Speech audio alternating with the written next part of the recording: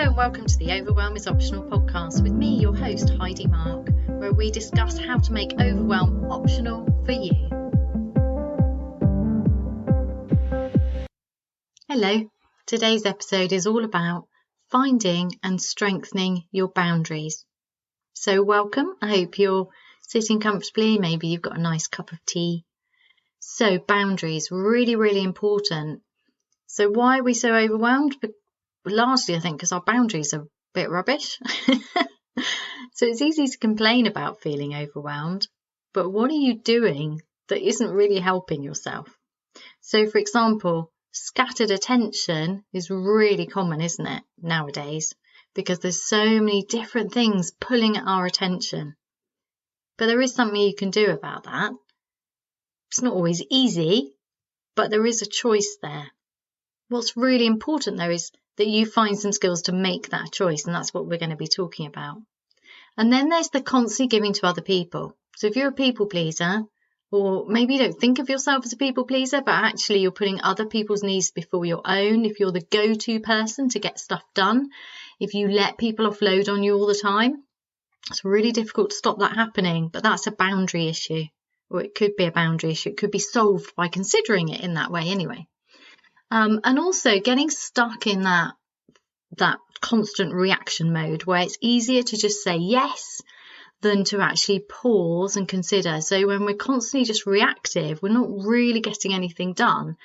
And just taking a bit of time to learn how to pause and respond rather than react, I think that is a hugely empowering thing to do to deal with overwhelm. And it's also very easy to consider from a boundary point of view. So we're going to be looking at that as well. And this, of course, leads to this frustration with never quite doing the things that you really want to do, because you're stuck just dealing with all of the stuff that you've collected from other people or from just not really pausing and getting control of your attention. So this is, of course, a boundary issue, because that means that you're just allowing your to-do list or life to run through you rather than pausing and considering, what is it that would really make you happy today? What do you really want to be doing? And then, of course, this leads to exhaustion because you're trying to do too much. You're trying to do all of the things because there's no discernment, because discernment requires pausing and thinking about what's important. And that's when you can really start to find your boundary and strengthen them. And of course, ultimately, this leads to burnout and deep unhappiness because, well, burnout's rubbish anyway, isn't it? Because you feel pants. But also this deep unhappiness because you're not really living the life that you intended to live. So you're not living on purpose. It's all this reactionary living by accident, just getting through. So I really think that by finding and strengthening boundaries, this can be really helpful. So let's give it a go.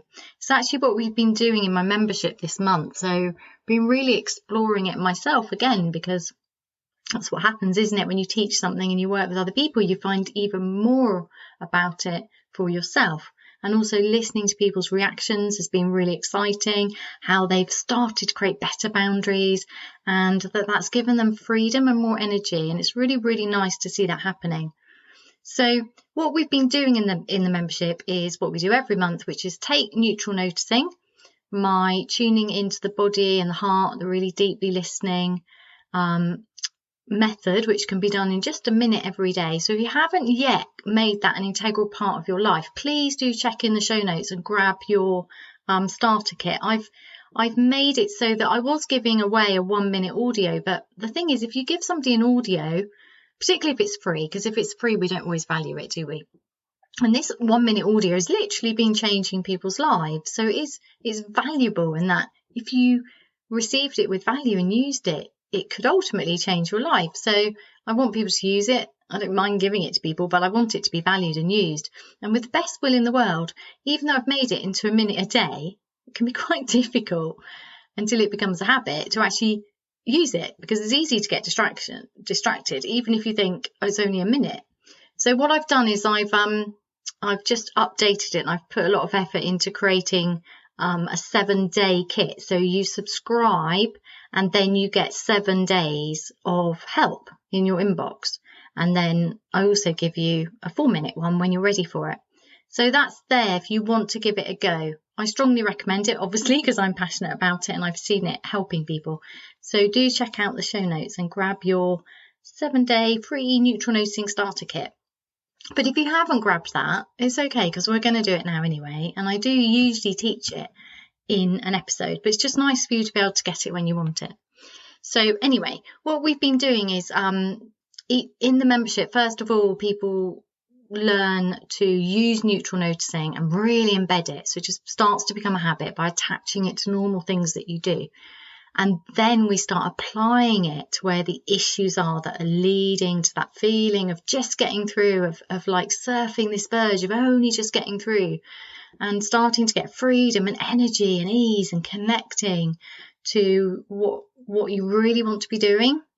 And that sense of empowered ease, that deep self-acceptance, that connection to your heart, what fills your heart, what nourishes your body, and really starting to control the attention and get out of that scattered, reactionary, exhausting, frustrating, ridiculously overwhelmed state. And then so each month we're applying it to a different area of life. And this month was boundaries, which was really exciting. And we actually ended up, I pulled on some work by Mark Walsh, who's he calls himself an embodied facilitator. So what he's done is he's looked at some yoga positions, or he's made some, and then I did his workshop, and it's all about kind of like getting into a position. So he has the yes and the no, and an interesting one you could try is the warrior. So you just strike a warrior pose and then just ask yourself where you need this in your life and how it feels. And what I've done is I've taken what I resonated with me from his workshop, but I want to thank him for that, and then I've applied it with neutral noticing. And then what we've done is we've really started to embody what it's like to say yes to something, to say no to something, to say hell no, and then hell yes. And that real embracing of life, and that and getting that and practicing that as a physical position and neutral noticing into the body, grounding into the feet, it's really strengthening. It's really helpful. But I can't really show you that on a podcast, so it's a bit tricky. But what I can do, I can suggest you do the warrior one, because that's fun. You just strike a rough warrior yoga pose and then just really feel your feet on the ground. Allow your belly to soften. Feel the power. Be really careful though with your shoulders, because often the warrior position in yoga can create quite a lot of tension in the neck area. So what I like to do is imagine that there's energy coming out the ends of your fingers, so it's kind of supporting you, making you strong, and then allow your arms to kind of float down, like if you were like flying, and then you can, like if you're a child and you're pretending to fly, you're kind of flapping your arms, and then you just imagine that there's these clouds, fluffy white clouds underneath your arms, and that supports your arms. It sounds silly, but it works, because otherwise you just create a lot of tension. You don't want tension in your neck. So it's a really strong, for me, it's a strong but relaxed position. So from the belly downwards, you've got this strength, feeling your feet on the ground, allowing your belly to soften, which is where your power, your energy is, and then allowing the arms to go straight out either side, and then just relaxing into that, but with a feeling of strength and ease and centeredness. And then just ask yourself, where do I need this in my life? It doesn't need to be an aggressive warrior. I don't think that's particularly helpful. It's just a very gentle but firm, this is me, this is who I am, where do I need this in my life? And just play with it, have fun. So I'm going to show you stuff that I can show you on a podcast, which doesn't require a video. I'll try and do a video at another time, put it on YouTube for you. But anyway, so what we've been doing is using neutral noticing, tuning into the body, and then noticing where the boundary is. Because actually, once you get more sensitive to how your body feels, how your heart feels, what's overwhelming you and distracting you, that's really helpful, because then when you go into situations, you can become more sensitive, more aware, and then you can start to withdraw from stuff that's not for you and go towards stuff that is for you. So I've talked about this, I think, before with the heart, what fills your heart, or what kind of cause this tightness in the chest. It's not for you. But this is bigger because this is like the whole body. So we can use the kind of edges of the body to feel, because like for me as an introvert, I sometimes am in situations where it just feels like my skin is too thin, you know? And yeah, I'm highly sensitive, but there's a lot more going on. It's not just, so the problem with saying that is immediately I can feel this judgment from my mind. Oh, you shouldn't be so sensitive, because that's what's been said to me a lot in my life. And I really think it's unhelpful to say that to anybody, but also being too sensitive is such a derogatory thing to say. It's not about being too sensitive. It's about not valuing people's sensitivity. So there's a lot of people who are highly sensitive. And it's not always introverts. But anyway, for me, and you might recognize this if you are highly sensitive, or when we're very stressed, I think this is more of a problem, because I think our body and our heart is trying to protect us. Sometimes you're in a situation, it just feels like it's too much. Like the energy feels wrong, it feels draining, and it feels like almost like the edges of my body, the edges of my being are being invaded. It's too much. And that's me. I like to look at that as a boundary issue, because I can find that. And if I need some time to withdraw and heal because I'm feeling hurt, or I'm very tired and stressed and it's just too much, or I can practice it in a real strengthening way and strengthen that boundary at the edge of my being. And then I can go into those situations and be absolutely fine and not drained and not feel highly sensitive, not feel quite so, you know, that feeling. It's like, oh, it's all too much. So yeah, should we just have a go? Let's have a play. So I'm just going to invite you. It doesn't really matter what position you're in, but don't, because we're going to close your eyes. Obviously, you're not going to do this if you need your eyes open, because that would be silly. So not driving. And it's best to have your feet on the ground, but people do this in the bath. They do this in bed. So it doesn't really matter. Anyway, welcome. And I invite you to close your eyes and send all of your attention into your feet, just for a moment. Feel your feet on the ground. Allow your belly to soften or not. Allow your shoulders to move away from your ears if they want to. And if they don't, that's okay. Don't try and change anything. Don't try and control anything. Don't try to achieve anything. Don't even try to relax. Just notice. And then notice when your attention has been hijacked by your mind, with its stories, its time traveling and all the amazing things it does. But gently and firmly place all of your attention back in your feet. Feel your feet on the ground. Softening belly or not. Space between the teeth, maybe. And notice how you feel. And however you feel is however you feel, and that's okay. Just notice that. The ease, the unease, the scattered attention, the ability to focus or not. Don't try to change anything.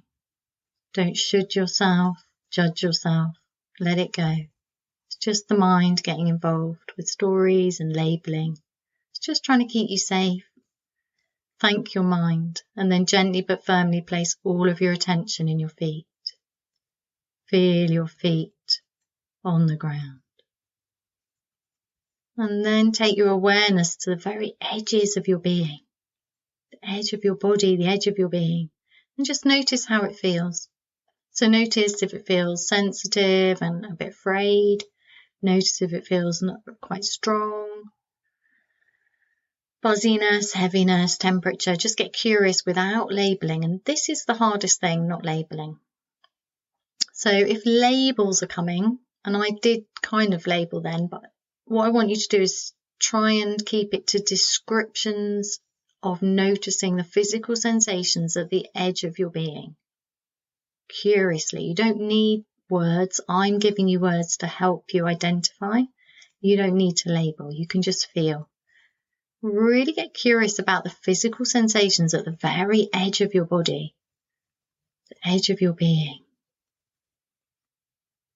So just traveling around. So let's start at the top of the head and then go down the left side of your face, neck, shoulders, left arm, all the way down the left leg to the left foot, up the inside of the leg, down the right leg, up the outside of the right leg, all the way up the right arm to the right shoulder, right neck, back to the top of the head. So you've done a whole circuit of the outside edge of your body. And just notice that. Get curious about where it feels the same or different or whatever. Just notice for a moment.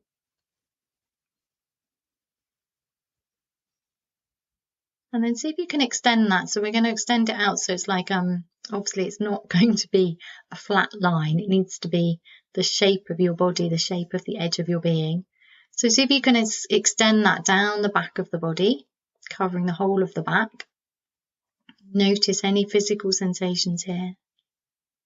And then over the face, down the front of the body. So the whole body is encased. You can just imagine the edges of your body.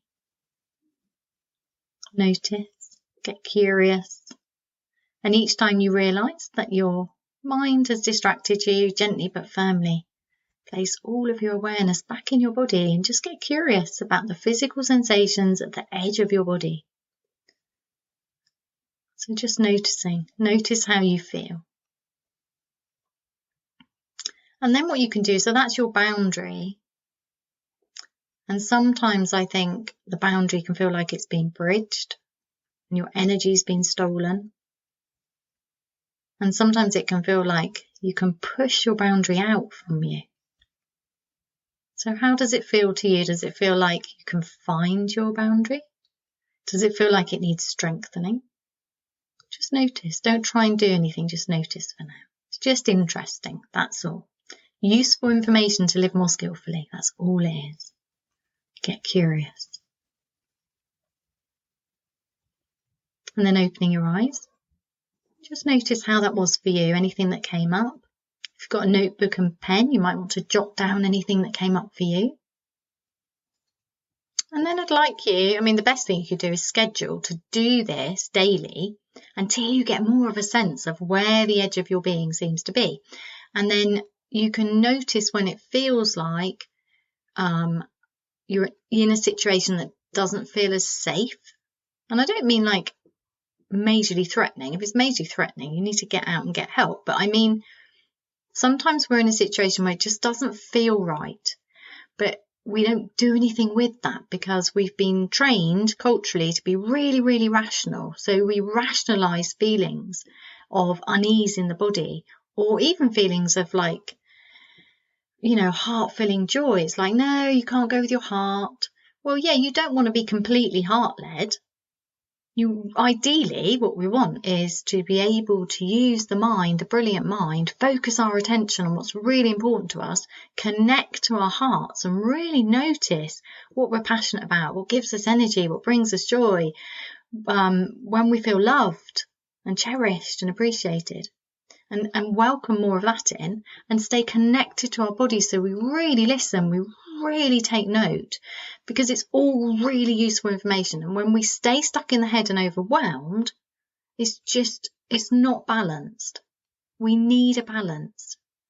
So constantly sending your energy and your attention down to your feet, noticing your belly, where your energy is, the center of your being, your heart space, so the center of your chest, not the physical heart. And noticing physical sensations and just being curious and play with that, but then also spreading it out so you've got this kind of bubble around your body and noticing when your boundaries feel compromised. And I think it's really quite tricky at the moment. Initially, because what happens is sometimes often we don't realize until after the situation.